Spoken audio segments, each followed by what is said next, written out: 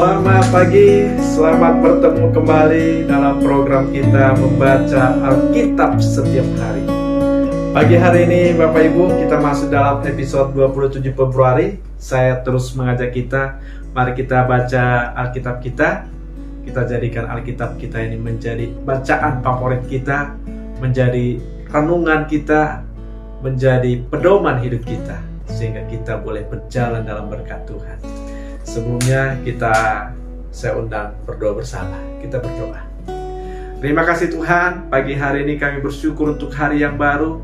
Kami percaya hari ini ada berkat Tuhan bagi kami, ada pesan Tuhan bagi kami, sehingga hari ini kami boleh berkemenangan di dalam tuntunan-Mu. Di dalam Yesus Kristus kami berdoa. Haleluya. Amin. Bapak Ibu jemaat Tuhan yang dikasihi Tuhan, tema kita pagi hari ini perjanjian garam. Perjanjian garam. Saya akan bacakan dari kitab kitab Bilangan pasal 18 ayat 19. Segala persembahan khusus, yakni persembahan kudus yang dipersembahkan orang Israel kepada Tuhan, aku berikan kepadamu dan kepada anak-anakmu laki-laki dan perempuan bersama-sama dengan engkau. Itulah suatu ketetapan untuk selama-lamanya. Itulah suatu perjanjian garam untuk selama-lamanya di hadapan Tuhan bagimu serta bagi keturunanmu. Saya akan bacakan lagi saudaraku Bilangan 18 ayat 19 ini dalam terjemahan BIMK. Untuk selama-lamanya semua persembahan khusus yang dibawa orang-orang Israel kepadaku, kuberikan kepadamu dan kepada anak-anakmu laki-laki dan perempuan, dan menjadi ikatan perjanjian yang tidak dapat dibatalkan antara aku dan engkau dan keturunanmu. Saudaraku, dalam dua ayat ini kita melihat saudaraku, perjanjian garam itu adalah perjanjian yang tidak dapat dibatalkan. Amin saudaraku. Perjanjian garam adalah perjanjian yang tidak dapat dibatalkan.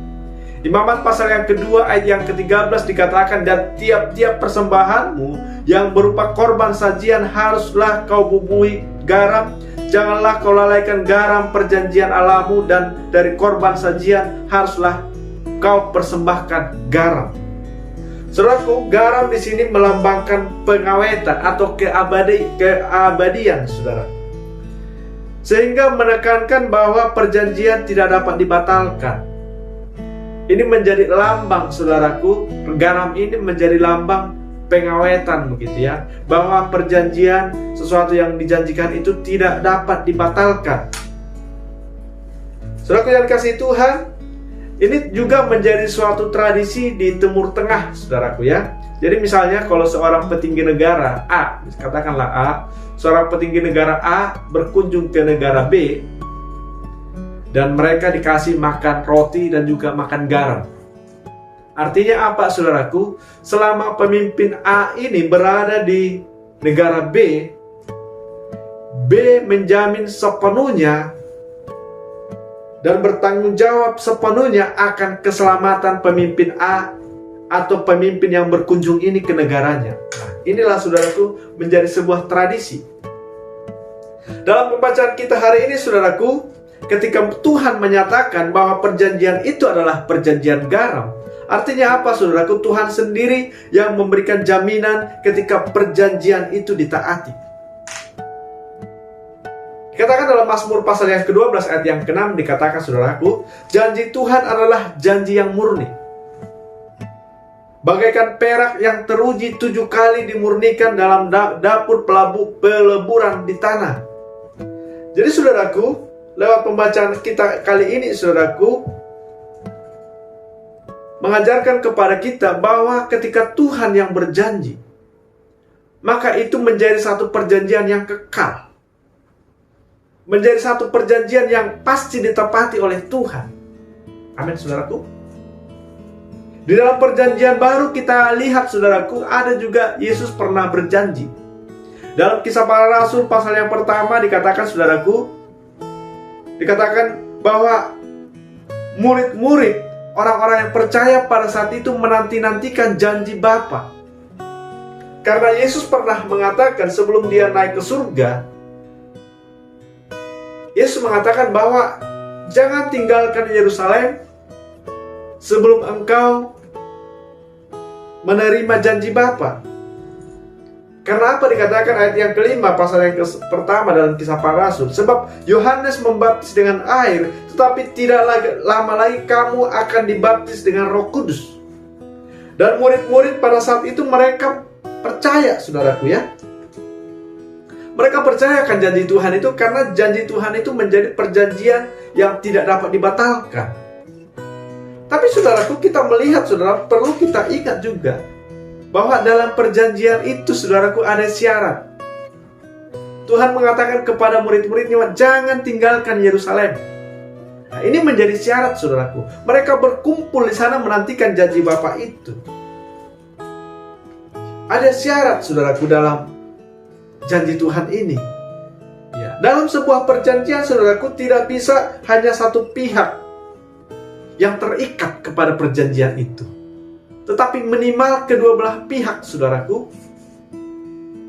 Kedua belah pihak yang berjanji harus terikat. Artinya apa, saudaraku? Ketika si A berjanji kepada si B dengan syarat begitu, saudaraku, dan si B tidak melakukan, tidak memenuhi, maka, saudaraku, perjanjian itu pun tidak berarti, saudaraku. Nah, saudaraku yang dikasihi Tuhan, demikianlah janji Tuhan akan berlaku.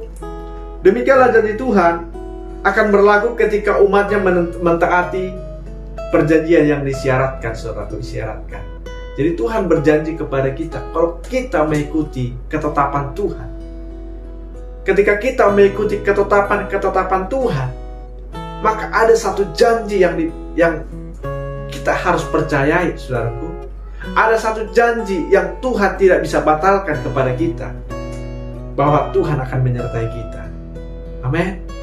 Tuhan tidak membiarkan kita berjalan sendiri. Tuhan yang berjanji, pasti Tuhan yang menggenapi. Jadi Bapak Ibu yang dikasihi Tuhan, saya mengajak kita semua, saudaraku, mari kita ikutin pembacaan Alkitab kita ini, saudaraku. Kita baca dari Kejadian sampai Wahyu, biar kita menikmati semua janji-janji Tuhan. Amin. Karena apa, saudaraku? Saya yakin dan percaya ketika kita, saudaraku, hidup dalam perjanjian Tuhan, kita akan menikmati, saudaraku, berkat-berkat Tuhan. Alangkah bahagianya kita, saudaraku, sebagai anak Tuhan. Tapi ketika kita tidak tahu janji-janji Tuhan, bagaimana kita bisa menikmati? Jemaat yang dikasihi Tuhan, janji yang sudah dijanjikan Tuhan menjadi janji yang tidak bisa dibatalkan kepada kita ketika kita mau mengikuti hukum-hukum Tuhan, ketika kita mau mengikuti ketetapan-ketetapan Tuhan. Amin. Demikian renungan kita pagi hari ini. Tuhan memberkati kita. Kita berdoa. Terima kasih Tuhan, pagi hari ini kembali kami bersyukur untuk renungan firman Tuhan. Kami percaya semua janji-janji Tuhan akan kami nikmati ketika kami mau mengikuti ketetapan-ketetapan Tuhan. Dan kami percaya Tuhan, Roh Kudus-Mu yang menguatkan kami untuk kami terus berjalan dalam ketetapan. Terpujilah Allah kami. Di dalam Yesus Kristus kami berdoa, haleluya. Amin. Demikian renungan kita pagi hari ini. Tuhan memberkati kita. Selamat beraktivitas. Shalom.